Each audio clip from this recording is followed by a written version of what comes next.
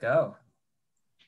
Hello, everyone, and welcome back to the Harkleroad-Adams channel here on YouTube. I am your host, Drew Hare, with our analysts, Chris Adams and Matt Harkleroad. Say hi, guys. Hey. Hello. And we are here to talk about conference championship weekend coming up. We're down to the final four of the 2020 NFL season.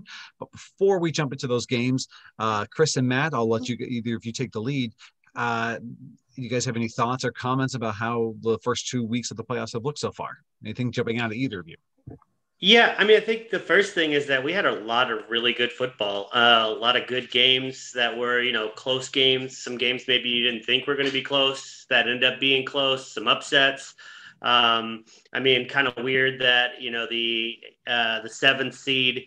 They're the only ones that were wild cards that lost, right? So. And then it was the same in both sides, right? So it was kind of a weird. The Indianapolis loses a 4 seed. Pittsburgh loses a 3 seed. No, Indianapolis was the 7th seed. You mean Tennessee? Yeah, sorry, Tennessee. Yeah, yes, Tennessee, right. Tennessee. Sorry, yeah, Tennessee loses its 4 seed. The Bills get through, and same thing on the other side. New Orleans gets through a 2 seed, but the 3 seed and the 4 seed both go down that first week. It kind of tells you. A lot about why the NFL wanted to go to an extra wild card team. It didn't pan out that any of those 7 seeds ended up winning. But at the same point, I mean, if you've got both other wild card teams in both conferences winning, tells you that it's not going to be a long shot to have 3 wild card teams win one year. So, it's not out of the realm of possibility for sure. I mean, I thought, in general, a couple of, from that first week, the Browns Steelers game was just a crazy game, maybe one of the closer to a blowout there was, but there was some action in that game too. And then, the Rams, you talk about that Rams Seattle game and you think, man, what happened to that Seattle offense and how did they get this way? A couple key takeaways, if you go to the next weekend, that Browns Kansas City game, the Browns looked completely overmatched defense wise by that powerful offense. Mahomes gets taken out of the game by what I think is a clean hit, unless you ask Mahomes' mom. Apparently, she had a little problem with it, but I mean, that's about as clean of a hit as you're going to see, I think. And then some craziness happens, and they end up sneaking their way through. The Bills have had to struggle to get to where they are, and maybe Green Bay looks like the class of the league right now. With some great play under their belts, especially offensively. Chris, what's been jumping out at you? Yeah, I agree with everything Matt said. I also just kind of want to, I know it's dangerous to project teams' outlooks into the future based on one game in the playoff, but I'm going to kind of do that for some of the teams that have lost thus far. Like Matt said, I agree. One of the strangest mysteries of this year is what happened to the Seahawk offense, right? They started off there looking as good as anybody in the league, as a Super Bowl favorite. Then the defense started playing very poorly. Then the defense corrected itself and started playing very well. And then the offense just disappeared. And that's something that Seattle is going to have to find. Because you look at that team, great quarterback. They've got a stud young receiver in Metcalf and a really good number 2 in Lockett. And they have a above average running game. So they have all the parts you need. And they have a competent line. So like they have all the parts are there, but for some reason that offense has become far less than the sum of it. So they need to figure that out. Well, and Pete Carroll said that he wants to run more in 21 too, which is just like, what are you doing? What are you doing? Yeah. I also would say, Indianapolis pushed Buffalo a lot harder than either one of us thought. They are a pretty strong team. They have a very good defense. It looks like they've got a running back in Jonathan Taylor. Quarterback, obviously, Phillip Rivers announced his retirement this week. So congrats, Phillip, on a great career. So what they do at quarterback is going to be huge. Can they, get someone like a Matt Stafford or a Matt Ryan? If they can, they're going to be contenders next year. Tennessee, their defense just needs to figure it out. Their defense is abysmal. Maybe one of the most interesting teams going into next year is Baltimore. They win a first game. They kind of beat their own personal demons in Tennessee, and then they go and they score 3 points against Buffalo.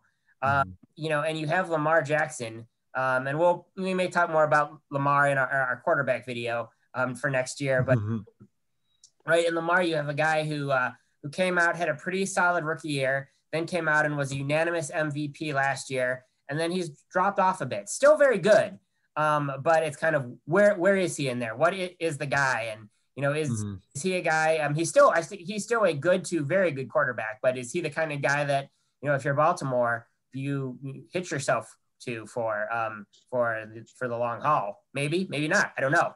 But it's a very interesting thing in facing that team. And then New Orleans, obviously Drew Brees. I don't think he's officially announced his retirement yet, but he probably will.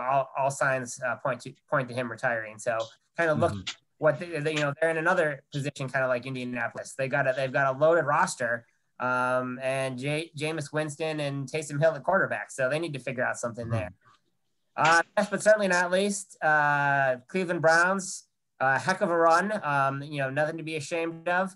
I think it was a big step this year in many ways. Baker has shown that he is legit. Kevin Stefanski was named Coach of the Year today, in a very well-deserved honor. They've got all the pieces on offense and a couple game breakers on defense. I expect them to upgrade the defensive side of the ball in this offseason. And I think that, like going into the 2019, there will be a lot of hype around the Browns in 2021, but unlike 2 years ago, it will be fully warranted for next year. Yep, I agree. Yeah, and I think that especially for the Browns, to come out at just 28-0 against the Steelers in the first quarter, you have to be thrilled. And then it's one of those things where you kind of just were holding out hope that the Steelers weren't going to start. We're scoring a little bit of points, but Steelers just did not have enough, and just. Yeah. For whatever reason. When they needed to. They got the late Nick Chubb touchdown, another drive. So this isn't college football. You're not going to win a game by 45 points in the playoffs. So. Right. Yeah. That Mahomes versus Baker round 2 was a little bit different than the college version of that. That's for sure. Yeah. I think just a couple, just to, kind of tack on some points onto Chris's thing. If you look at, his rundown there. If you look at maybe the Ravens, right? I think maybe Lamar just might be a number 1 wide receiver away from being good again. There just isn't one there, right? If right now, and what Buffalo did so successfully in that game was just completely load up the box and sell out to stop the run and then make Lamar throw on you. And Lamar, you could say Lamar's not an accurate passer. He has been in the past. So it's not like he's incapable of it. I just think that right now he doesn't have a safety valve like Aaron Rodgers does, knowing that, if I throw the ball in Devontae Adams' realm, he's going to find it. And there's more likely than not, he's either going to make the catch or he's going to make sure that the defender doesn't make the catch, right? And there isn't a guy like that on Baltimore's team. Look at what Josh Allen. Look what Stephon Diggs unlocked for him. Exactly. That's exactly. Yeah. Right. Well, and Beasley's having a great year too. Another guy that's clutch that you can depend on for a certain type of play on a certain type of throw. He's going to be there and available for you. And that's huge to a quarterback, especially when they're blitzing you on every down because they're run blitzing and they're trying to stop you from doing those things. So I think, if I'm Baltimore, the sky's not falling. I'm not super upset. I think it's possible to go get that piece and them, or maybe 2 or 3, receiving threat pieces, whether it be another running back out of the backfield that can catch the ball a little better, plus, a wide receiver or 2. And that team's, back in the mix for everything again. I'm much more upset if I'm New Orleans or Pittsburgh right now, where my aged quarterback was probably the reason I lost those games. Not just, if everybody played better, we could have won. I mean, Drew Brees throws three interceptions. I think Ben had the same plus a fumble. Then Four, you actually, made I think. probably, yeah, and four, and then one fumble that's probably not on him, but still hit his hand. So, Yeah. it's one of those ones where you're like, okay, these teams have to reload a little bit, and the Steelers are in a hell of a tough time going forward with their salary cap issues, and now that they're signing quarterbacks when they don't have money to sign their own players, which is a kind of a weird. Why Dwayne Haskins got signed there today is kind of a weird anomaly when you're wondering, hey, are we going to have enough players on defense next year? But I guess you have to have a quarterback, so it might as well be Dwayne Haskins because you can't afford anybody else. But I mean, assuming Ben retires, but it sounds like he's going to come back. So that's what it sounds like too. Yeah. Yeah. It's kind of a weird one. Yeah, a lot of teams in flux, especially with those older quarterbacks. But as we kind of shift gears to conference championship weekend, it's not a situation that, all the older quarterbacks are out. We have two really, really good ones facing off in the NFC between Aaron Rodgers and the Green Bay Packers and Tom Brady and the Tampa Bay Bucks. Man, the Bucks they locked down. I mean, obviously it was a lot of what Breeze was the Tampa Bay defense. And, Chris, I'll start with you first. Do you think Tampa Bay can do the same? Is there anybody on, Tampa Bay's already locked down Green Bay earlier this year. Obviously they're going to Lambeau this time. Is anybody going to be able to stop Aaron Rodgers and Devontae Adams this year? No. I mean, I think it'll be a good game, but I think that, this Packer team is a different Packer team than the one that lost to Tampa earlier this year. They're playing as well as they have at any point in the year. I mean, midway through the first game, I sent Matt a text on Saturday and I said, Green Bay is winning the Super Bowl. And I'm a guy who doesn't usually like to make hot takes. But that's how strong I feel about the Packers right now. I know they're in the weaker of the two conferences right now. But I think if the Green Bay was in the AFC, they would be right there with Kansas City and Buffalo. And I just think Rodgers is on a mission, and the team is fully healthy. Adams has had a great year. The other wide receivers there are actually proven to be better than we thought. And same thing with, I remember Robert Tonyan had that one game early in the season where he had like 4 touchdowns or like 3 touchdowns, and everyone was like, oh, everyone's going to pick up Robert Tonyan in fantasy football and he's going to have like 1 touchdown the rest of the year. And he actually proceeded to have a pretty good year. Or, he was able to feed off of Rodgers, probably more realistic, more accurate, but little column B. Rodgers is just playing on a mission, and the rest of the team is bought in. And there's some questions about the defense, but there are enough parts to that defense that they can make a play or two if they need to. So I think you got this matchup with quarterbacks. You obviously can never count out Brady in a playoff game. He's not phased by playing outdoors in Lambeau. I think it will be a really good game, but I'm going to say the Packers are going to win this one. Matt, what do you think?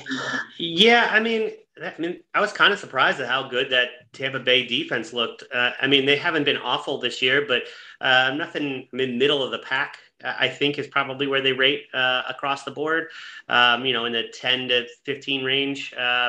So, yeah, like I said, Breeze had a bad day, but at the same time, those guys were in the right positions consistently throughout that game, putting the right kind of pressure on that that offense.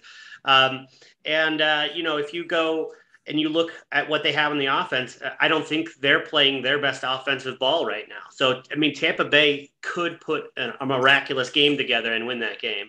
But I'm with Chris. I think Green Bay is the class of the NFC and maybe the class of the NFL right now. Especially with some questions on the other side of the ledger that we'll get to. But yeah, there's just too many weapons. That defense is playing pretty well. And I just think, what do you do if you're trying to stop Green Bay? What do you try to take away at this point? You're going to load up and try to take Aaron Jones out of the picture? Okay, fine. You're going to try to take Devontae Adams out of the picture? We can still throw the ball because we got 4 other guys apparently that can play ball, and catch touchdowns and catch big passes and catch hard catches. And they're doing it all. And it feels like Rodgers is on a mission, and when he's locked in, he's the most, he's the best quarterback in the NFL when he's locked in, when Mahomes is not maybe 100%. Yeah, I think you have to take Green Bay and then see what comes up against them, because it could change a whole lot about who you pick in that game depending on who they face. Yeah, and I think for Tampa's really got to get a lead early, because I saw the stat earlier that, in his entire career at Lambeau, when Aaron Rodgers has a lead at halftime, they are 70-1. Yeah, it's crazy. Yeah, it's crazy. So that's what Tampa's going to have to do. I mean, obviously they can still overwhelm. I mean, they're throwing out 4 or 5 legit guys on wide receivers, and obviously Leonard Fournette's been playing very well. And whatever you get out of, Ronald Jones will definitely be helpful. So I think it might be see a little bit more fireworks than I think we're thinking. But it's Green Bay in January. We will. So. With the GOAT on the other side, though, that's like the one difference, right? That's the one caveat is that the best playoff quarterback of all time happens to be lining up on the other side with maybe the best offensive weapons he's ever had at this point of the season. If you put them all together, like this run game and this multiple weapons at wide receiver, I mean, good tight ends. I mean, he's got literally everything on his side right now offensively, and a good defense to match. And you're giving Brady a lot of positive check marks in his corner, and he's not a guy that wastes those check marks. Yep, he's been there. He's seen everything. He really has. All right, well, let's go ahead and shift gears and switch on over to the AFC, where maybe we'll see some fireworks on this side as well between the Buffalo Bills and Kansas City Chiefs. As far as I know, I believe that Mahomes did practice today. Is that correct? Mm-hmm. Okay. Yes. So as of now, it seems like he's on track to play on Sunday. Obviously, all of our discussion goes out the window if for some reason he's inactive. But for now, I think we're all working under the assumption that Mahomes is going to be healthy. Chris, are you seeing that? Is this going to be a traditional, like a regular Chiefs game where they're just going to be able to walk on the field and put up 35, 40 points, or do you think this is going to be maybe more of a defensive struggle than we anticipate? I think this game is going to be a lot of fun. So I will say, watching the Browns-Chiefs game last week, I came away pretty impressed with the Chiefs defense. It's better than I thought it was. They made some plays when they needed to, and granted the Browns made a few mistakes, but they were really solid and kind of bailed the offense out at the end, really, after Mahomes got lost. I mean, a lot of credit to Chad Henne for that QB run, and then Andy Reid having the stones to call it on the pass on 4th and 1, but really, he threw that awful interception where Carl Joseph could basically call for a fair catch in the end zone to catch that. I mean, everyone watching it had to think Browns are going to march right down and score, and the defense held. So, so I think that defense is better. And honestly, Buffalo's defense has been playing a lot better than I think people gave them credit for in this playoffs too. They 3 points again. 3 points is not a lot of points. Yeah, no, to Baltimore.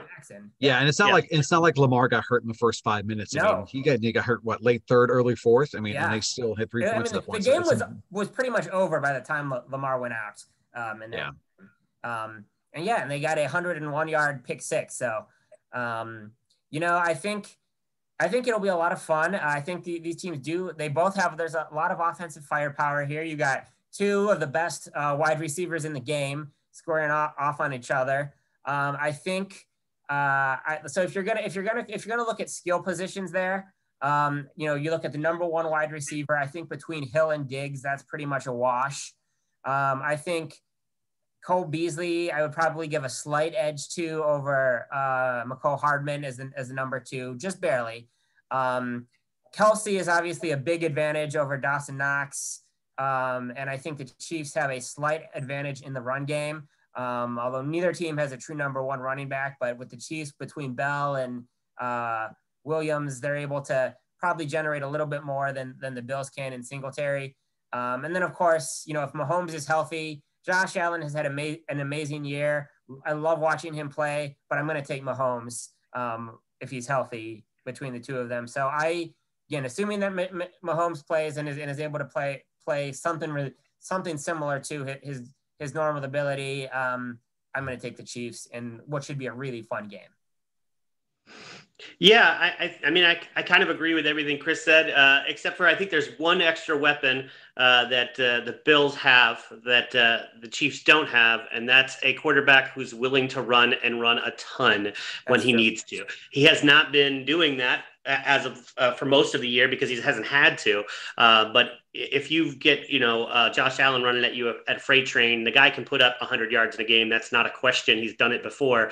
So I think you're going to see a lot of that in this game. I think they're going to put all their cards on the table and they're going to let Josh Allen try to win this thing and try to, get them into a Super Bowl. Now, I mean, to me, if I'm the Chiefs, this is the last team I wanted to see in this game because I just think that there's so many creative things they can do offensively because of that running ability and the fact that Josh Allen never lets a play die. You feel like you get him in the backfield and then he's free and somehow is finding guys downfields, and Diggs is playing so unbelievably well right now that, it's going to be hard. Nobody's slowing him down. Everybody knows that's his number one option. And without Josh Allen running, the guy still put up 1,700 yards of catching, receiving this year. I just think there's a ton of offensive firepower. I will say I think that Chiefs defense is a little better than the Bills defense, even though they held Baltimore to 3 points. I just kind of feel like, the Bills Mafia may have won enough brownie points, karma points, by donating to charities every time they beat a team, that maybe the Bills pull this off. They put enough karma back into the world for their team over the years, and recently, donating $400,000 to Lamar Jackson's favorite charity this past week after he got hurt in that game, and it's just like. I don't know. I just something feels right about the Bills. I got no real reason to pick them, but I think the Bills are going to walk out of this one the winner. I like it. So there's a little piece of me too that thinks that maybe there's more to this Patrick Mahomes injury than we're being told. I didn't like the way that they ruled him out for the game with concussion protocol, and then Andy Reid came out 2 days later and said it wasn't a concussion, it was a pinched nerve. Which may be better for getting your player on the field 1 week later, but worse for him for what he's capable to do in that game, if that makes any sense. So if it is that, and he's got a pinched nerve that makes him wobbly on his legs, like what we saw in that game after he got knocked out, he couldn't stand. If that's a pinched nerve, that's real concerning to me, that he has the ability, something is aggravated enough to make him wobbly on his feet. That's not brain related. I just feel like the Bills just feel like the right pick. I've kind of liked them this whole playoff, so I'm taking the Bills. Cool. And think about all those numbers of like second and third down runs that Mahomes just picks up because everybody is like, it's like, instead of taking a coverage sack, he picks up 9 yards and all of a sudden it's 3rd and 3. Or heck, they were even, the injury, the play where he got injured on, they scored a touchdown like that first drive. Yeah. Essentially, they reran that same play. They were kind of, just kind of letting him run out and do that. And if he can't do that, especially he also had that, that toe injury as well early in that game too. So if we're not seeing, obviously 75 to 80%, Patrick Mahomes is still pretty damn good and can win this game on Sunday. But yeah, it'll be really interesting to see, where he is, come game day. One last thing there, just on the AFC, to kind of put a bow on this. If this year, and the divisional round is kind of a predictor of the future for the AFC. Sign me up for any combination of Patrick Mahomes, Baker Mayfield, Josh Allen, Lamar Jackson battling each other next 10 years in the AFC in the playoffs. And maybe throw in Deshaun Watson there as well. Yeah. Or Trevor Lawrence. Why not? And speaking of segues, let's go ahead and talk about Deshaun Watson. So obviously, everybody has a rumor. Everybody has an uncle who's talked to Deshaun Watson's barber or a nephew and knows what's going to be happening in Houston. But my goodness, that entire organization just over the last year, 18 months. Can you believe? Deshaun Watson signed an extension in September, and all of a sudden he's played his last game in Houston. So Chris, break out your magic, your crystal ball. Is he playing in Houston next year, or is he going to somewhere else? Well, I did talk to Deshaun Watson's cousin, sister's, friends, nephew's, hairdresser's IT manager, and he gave me some insights on, said that Deshaun Watson is, absolutely already has a trade worked out with the Dolphins. So I guess it's two questions, right? Does Deshaun come back, and then it's a question of where. So maybe we kind of address those. This is fairly unprecedented in the NFL recently. Having a franchise quarterback at age 25, like you said, who just signed a long-term deal, is potentially on the trade block. I can totally understand it. That franchise has, he's been really the only good thing about that franchise in the last few years. And they've just continued to make one bad decision after another, trading DeAndre Hopkins for peanuts and, letting some other, every pick they have for the next 5 years go away too. Getting rid of draft picks. So can totally understand. And a lot of that was Bill O'Brien, and they got rid of him. But it seems like Deshaun Watson, his anger seems to be dealing with a lot of the organization of itself, and kind of just the way they've been doing business. And that's a bridge that's tough to rebuild. Right. It's not like he's mad about wanting a new contract. He just got a mega contract. Right. It's not like he, wants to, them to get him a little bit more protection. They did trade for Laramie Tunsil a couple years ago. So I think it's his grievances are proceeded in that. And Deshaun Watson, from all I know, is he's a pretty stand-up guy and a pretty classy player. So, it's not an issue. He's never really been described as a selfish player or moody or anything like that. So you got to think this anger at the franchise, you got to think where there's smoke, there's some fire.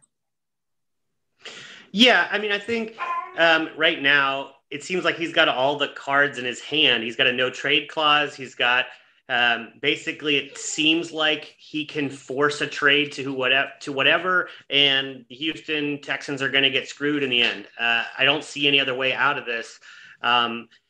This isn't the first time we've heard players complain about playing in Houston or ownership in Houston. So this isn't shocking to me at that level, especially with the ineptitude that the previous GM and everyone else had. And then hiring, if you're worried about your quarterback leaving, you don't go and hire a GM first that doesn't have any kind of relationship with this guy. And obviously that bothered Deshaun Watson again. So it almost feels like they have a worker boss mentality, and you can't do that at this level of sport anymore. It's just not like it's our rules. We're going to do whatever we want. You don't get any say in this.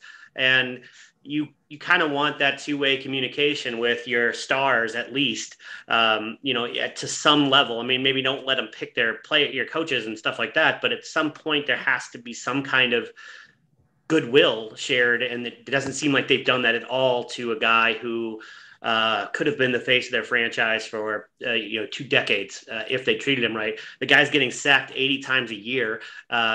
There's no reason for him to try to stay there, in my opinion. And if he's got the cards, they're talking already. I feel like this ball's too far moved down the field. I like what Chris says. I think, ultimately, maybe they can get the most back from Miami because they already traded half their picks to him anyway. And so maybe there's some goodwill from Miami to give them something back in return. And they've got, a quarterback that I think they'd be willing to move on from at this point. Not maybe if they had to draft a low draft pick quarterback to take as an option. Maybe another option could be somebody like Philadelphia. They don't seem like anybody's sold on Jalen Hurts. And there's not a lot of capital there. That's the problem. Same thing goes with the Jets. The Jets have a good pick, but ultimately they don't have a whole lot of other capital to trade. So I don't know where else he ends up, but he's going to get to pick. And if I'm picking and I'm him, of the options that are talked about, that's the best option in Miami. Yeah, it just seems like there's a lack of goodwill and synergy as well, in terms of, and that's why this coaching hire that's going to be coming up for them in the next couple of days, weeks, month or two, it's going to be, franchise changing one way or the other. Chris, were you going to say something? Yeah, I was going to say, I mean, it is possible that they do hire a coach that he's on board with and they patch things up there. But for the purpose of this video, it's more fun to talk about where he could potentially be traded to. So, Right. So yeah, I mean, Miami was the first one who jumped to mind because they have the combination of assets, of draft picks, but also high draft picks, right? And they're a contender. So yeah, they could trade them the number 3 pick, Houston's old pick. They could trade both first rounders and their first round next year. And still, they would have Tua. Include Tua. And they could add Tua too, right? Because if you're Houston, you get Tua, who is a first year, going into his second year, rookie contract, still young, was 5th pick overall, so highly regarded, and a couple first round picks. You can play him, see how it goes. If he's not the guy, then you let him walk, or you use your high pick next year to take care of that, and then you could use the number 3 pick to take a lineman or one of the great wide receivers in this year's draft to get him some weapons. So yeah, and Miami as a contender, I mean, that vaults them right into the mix. I mean, you could think about having like Josh Allen and Deshaun Watson duke it out in that division every year for the next decade. That'd be awesome. I'm going to put a wild card in there. And maybe this is wishful thinking as a Browns fan for wanting to get Deshaun Watson out of the AFC. But San Francisco, I don't know if they have the assets to pull it off, but San Francisco is a team that's a year removed from the Super Bowl. And they had a rough year this year, but just because they had awful injury luck. They had Nick Bosa and a number of other players, missed significant time. So they've got, I think they're picking like 10th overall or something like that. So, a high-ish pick. Again, I don't know if that's going to be high enough to entice Houston, but maybe they could get creative. They've got some good young players too that they could include. Maybe they can then move Jimmy Garoppolo to somewhere like, say, like New Orleans or, so one of the other teams that might need a quarterback and get some extra draft capital there. But I think, San Francisco was a good team. They've got a good coach in Shanahan. I think that could be attractive to Deshaun. So I'm going to throw them out as a wild card. I like it, Matt. Got any wild cards out there? No, I mean, I think the one I would say is, I feel like you could get really aggressive with little to nothing to lose if you're a team like Philadelphia or New York. Obviously, I mentioned them earlier, but I don't know what you give back. But at the alternative side of that coin, I don't think Houston's going to get nearly what we're thinking they should get for this because Deshaun Watson holds all the cards and is leaking to the media exactly what he wants. Besides location, he's told you he doesn't want to be here. He has a no trade clause. So, what do you do with that information? I mean, he obviously wants to get out of there, and you don't think they're going to trade him for nothing. But at the same time, the more you have a disgruntled player, the more the price of that player goes down. I don't know what it's going to take to get him out of there, but I don't think it's going to be Tua and 2 first-round picks this year. I just can't see.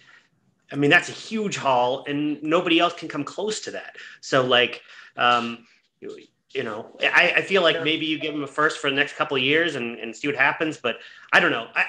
To me, if I'm Miami, I'm not. If I know from the some insider trading stuff that which was probably going to happen or is already happening, that he wants to come there and he's not going to go anywhere else, then why am I ponying up the whole kit and caboodle? I'll just give him a couple of things, and make it look fair. I don't know. I think I still think he's gonna fetch a lot. Just players like him don't become available on the open market, and I think he has leverage, but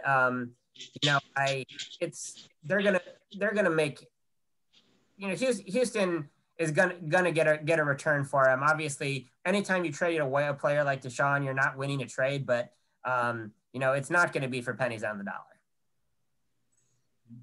Yeah, I think I heard the most recent rumor was Tua first and second this year, first and second next year. So I mean that's reasonable. That sounds about right for a 25-year-old. Yeah. Yep. franchise quarterback. But yeah, as as we talked about earlier, the Texans, it's going to be very interesting to see who they hire. And as we kind of shift gears into talking about coaching hires, the Texans are the only team in the NFL right now that does not have a coach, especially after the Eagles go ahead, or I don't know if they formally announced, but they're going to be planning to announce Colts offensive coordinator Nick Sirianni here in the next 24 to 48 hours. But since we've talked over a couple of weeks ago, we've had a number of coaching hires. So let me just go run through the list and we can talk about them as well. So the Jets selected Robert Saleh coming from the 49ers. The Jags getting Urban Meyer. My goodness, we talked about it. On our face. We all said no way that was happening a couple weeks ago. Insane that this actually, it's 2021, so of course it happened.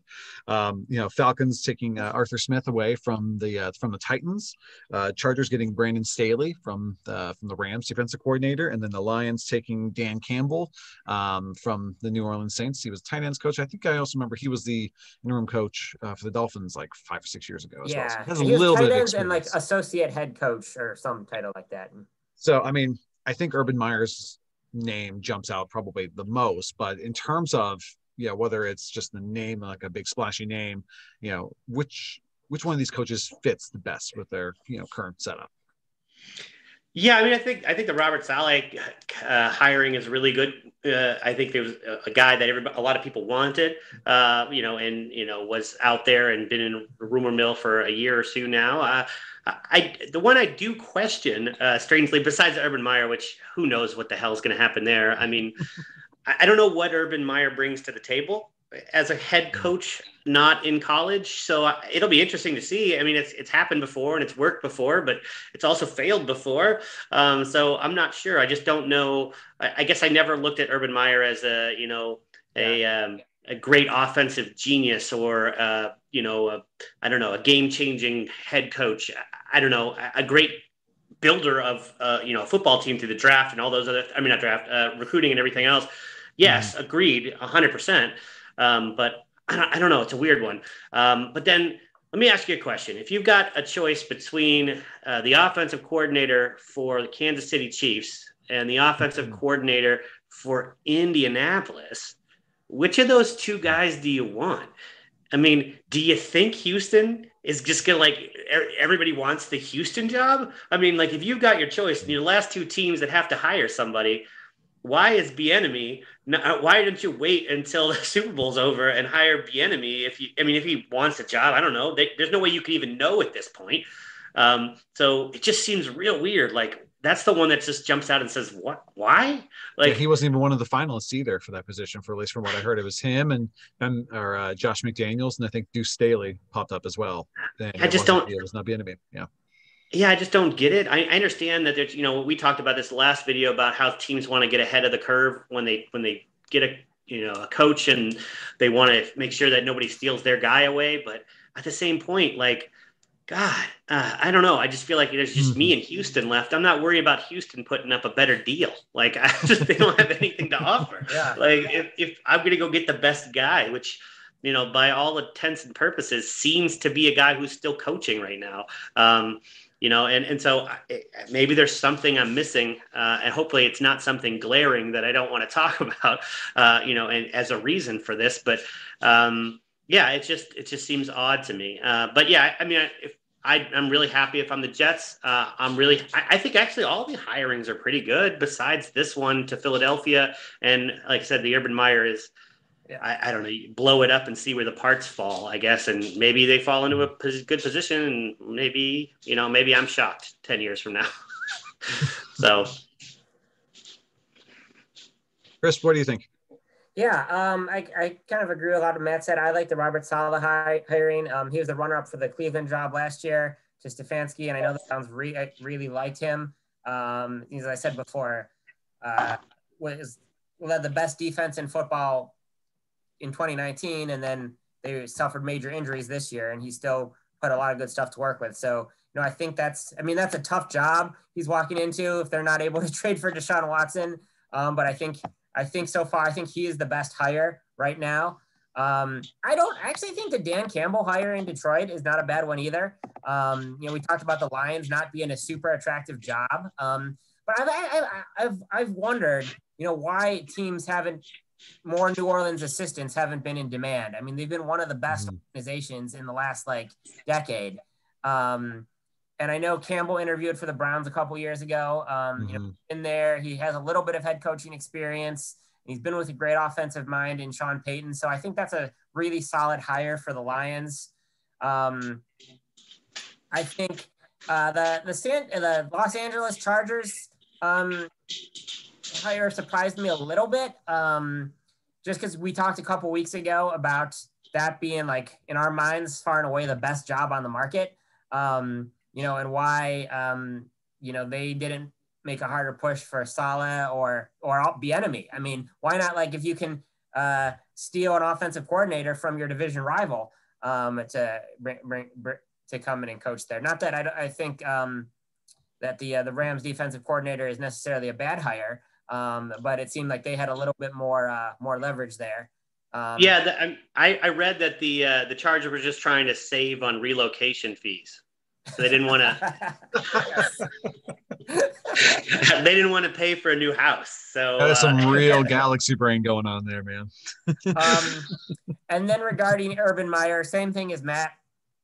Sure, why not? Give it a try. It could fail spectacularly. It could also be a good hire. I think based on Urban's track record, this is not going to be a super long-term thing. Even if he is successful there, he just doesn't stay anywhere longer.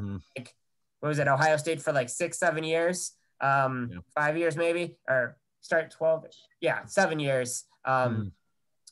Florida for less than that. It's just not his track record to stay so long. So I think he's retired 3 times now. This is the third time. I think if you're a Jaguars fan or if you're the owner there, you're hoping is that he can come in, build a culture, get Trevor Lawrence off to a good start. Get him developed, get him going, put something in place, and then maybe transitions it into some other more long-term coach down the road in a few years. That's in the best case scenario. Do you think the Jags could be that wild card team that gets Deshaun Watson? Would you give up the number 1 pick to get Deshaun Watson? If Houston just wants straight up number 1 for Deshaun Watson. I don't think so. I think if it's a different guy, it's not Trevor Lawrence out there, I think you might do it. I mean, if it was if it was the Baker Mayfield year, I'm not saying that Baker Mayfield was a bad pick, but at the same point, he's not Trevor Lawrence coming out of high school as the most touted guy of all time. It's I think there would be enough pushback in that city for that not to happen. If you're going to make that swing, it's got to be a home run on its face at the start. It can't be, well, we just weren't really sure about this guy that everybody who's ever looked at a football quarterback has said this guy's a sure thing. You can't pass up on Andrew Luck for a guy who's consistently injured, already has a giant contract. So it's just I just can't see it, but I'm here for it if that's what's going to happen. I was just thinking, just in terms of what Urban Meyer does, you just hit the ground running. He's not going to be here for the next decade, or at least that's not the expectation. And so you accelerate that timeline a little bit. But that was just, like I said, we're just spitballing here, Chris. Yeah. I'm happy to hear that theory. That was that's great. I'd love to see that. I'd be like the biggest trade of all time. A straight swap for Trevor Lawrence for a guy who's never played a snap for a perennial Pro Bowler. That's the ripples the league. The ripples the league would have. My goodness. If you're Houston, you're looking at you may be paused at trading him within the division, but no one's going to be able to offer you any better than Trevor Lawrence. It's true. And then you're also getting you're getting Trevor Lawrence on a rookie deal. Then you have, you can, but you're bringing him into a team that doesn't have, if it's just a Watson for Lawrence swap, you're bringing Lawrence in and you have nothing else to help augment the team with. So I think almost if you're Houston and you can't salvage the relationship and you have to trade Deshaun, I think, looking at a team like Miami or the Jets, who can give you a combination, who can give you multiple picks, still being pretty high is going to be a better thing for your franchise long term. Right. All right. Do you guys have any predictions of who the Texans are going to actually hire? I'll predict that it's not going to be the enemy because everybody seems to avoid the guy like the plague, and it doesn't make to me it doesn't make any sense. But let's see here. I mean, they don't have to choose forever, right? They can they can wait now. So I guess you would think that it's going to be somebody that's coaching right now. I mean, like I said, it probably should be Bieniemy, so I guess I'll put my money on that name just because they're waiting apparently to make this hire, and but it won't be because apparently nobody wants to do that for whatever reason. I mean, I kind of agree with Matt. It probably won't be Bieniemy, but I don't know who else to say. Like, I mean, Brian Daboll, sort of seeing like a Daboll makes some sense. He's got some head coaching experience. Not great. Brian Daboll from Buffalo. Yeah. That makes some sense. That wouldn't shock me. And, if there's a reason why you don't want Bieniemy, maybe Daboll checks some of those boxes in the other direction. I don't know. Especially those Patriots connections. That might be. You might be able to see some of that as well. That's the thing I'm talking about. Yeah. But yeah, I mean, also, has had a great season, a great couple of seasons working with a really good quarterback, and maybe I kind of like that.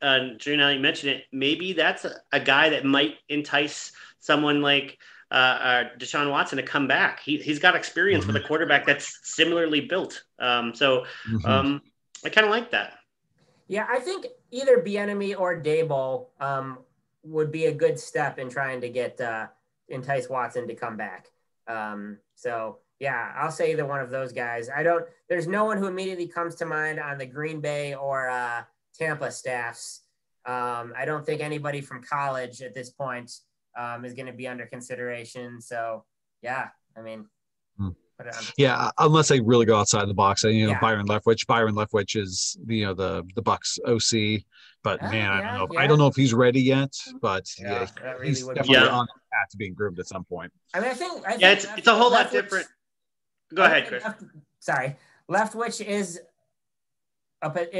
probably a likely head coach in a couple years. I'm not sure right away.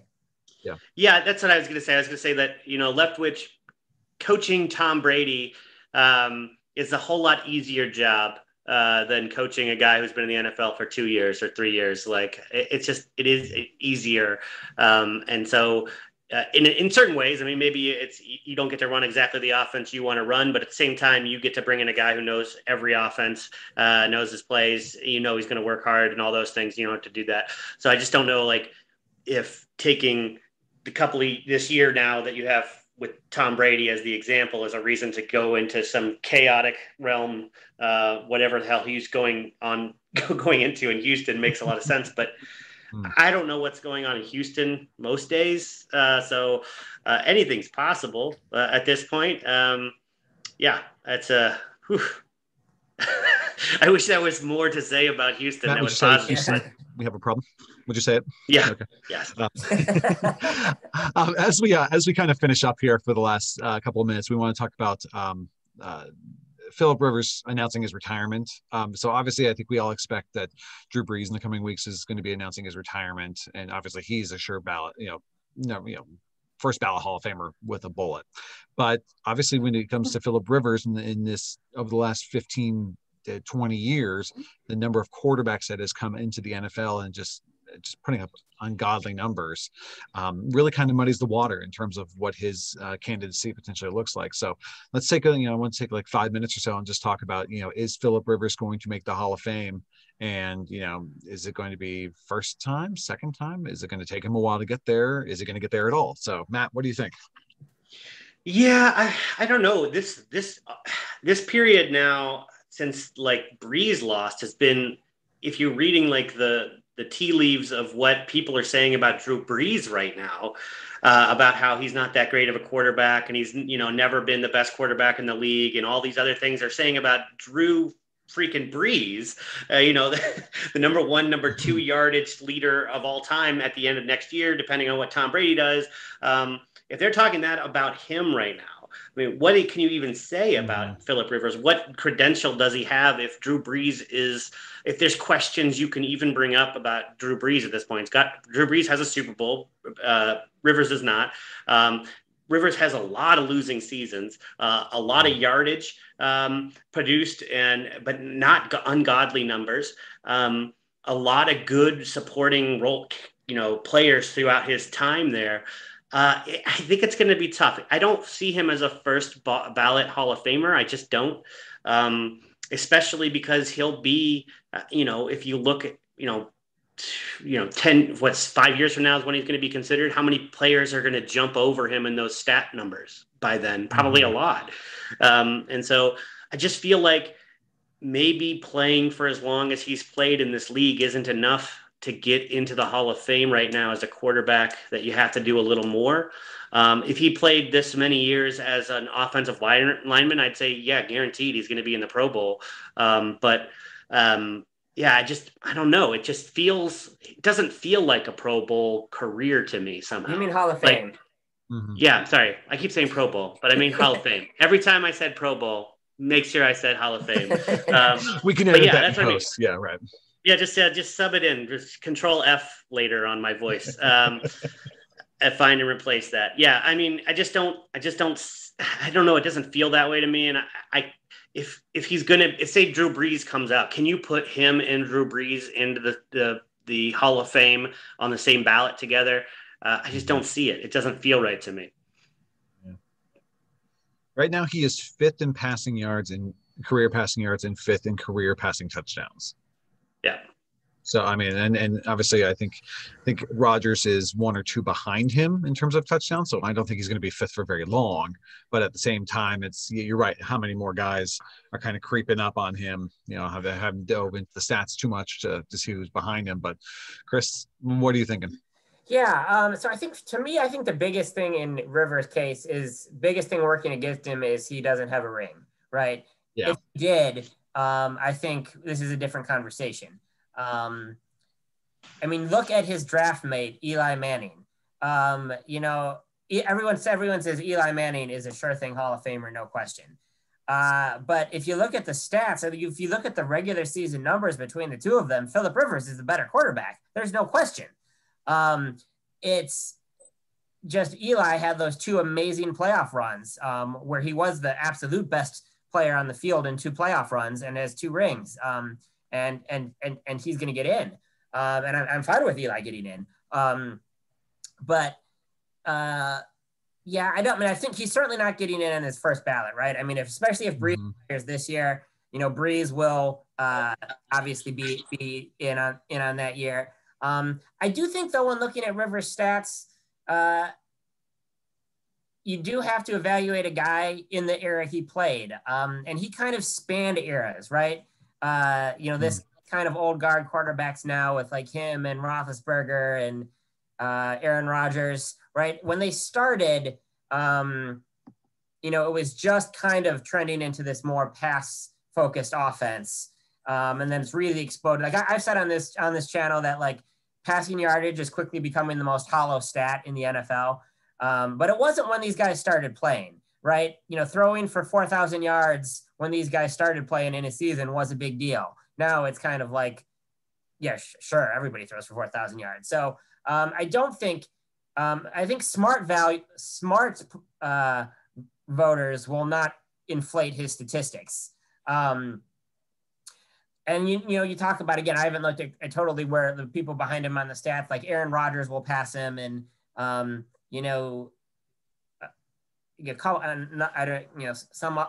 guy or two might, but I don't think by the time he's eligible for the Hall of Fame, I don't think you're going to get to the point where a lot of these young quarterbacks are going to be climbing, have passed him yet. So he might be there in the sweet spot in his like third or fourth year of eligibility.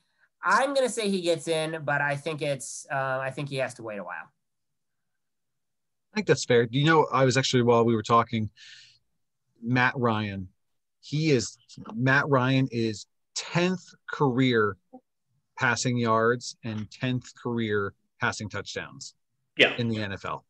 And obviously, we think that Matt Ryan's going to play 3 or 4 years, if not more than that. Maybe more at this point. I mean, and that's has an MVP too, which is something that Rivers doesn't have.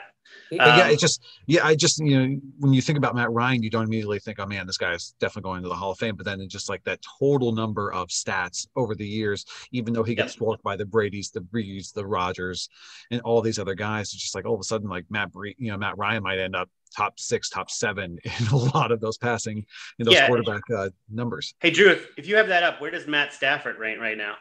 He's got to be in the. He was not far behind. Stafford is 16th in total yards or passing yards. Let me see about touchdowns. He is 16th in both passing yards and touchdowns. Right. And so Stafford, is still on the young side. It's possible he gets those numbers too, So, you're talking about guys that I wouldn't say Matt Stafford's, even if he continues doing what he's doing for the next 6 years, just copy and paste his stats from, maybe his middling years to the next couple of years, assuming he gets in a new place with a great offense or whatever. That does that resume, scream out to you Hall of Famer? Does Matt Ryan scream out to you Hall of Famer? And I don't know. It doesn't to me. Chris was talking about Eli Manning. I think Eli Manning wins 2 rings and has a win over the one team that was maybe going to go undefeated in a season, and those are huge things to say have happened to you. And he's got the Manning name attached to it too, which isn't going to hurt anything.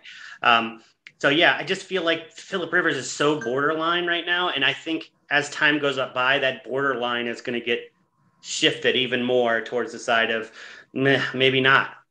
So if he's not a first ballot Hall of Famer, it just gets harder for him every year. And I don't know, is there going to be like this push to get, if a guy like Chris Carter has trouble getting in, does a guy like this just, do people love Phillip Rivers? Is there like a groundswell pushing him into the Hall of Fame for? Well, he'll have all his kids out there lobbying for him. So that's a lot of votes. So that is, yeah. Maybe they can all be football writers of America.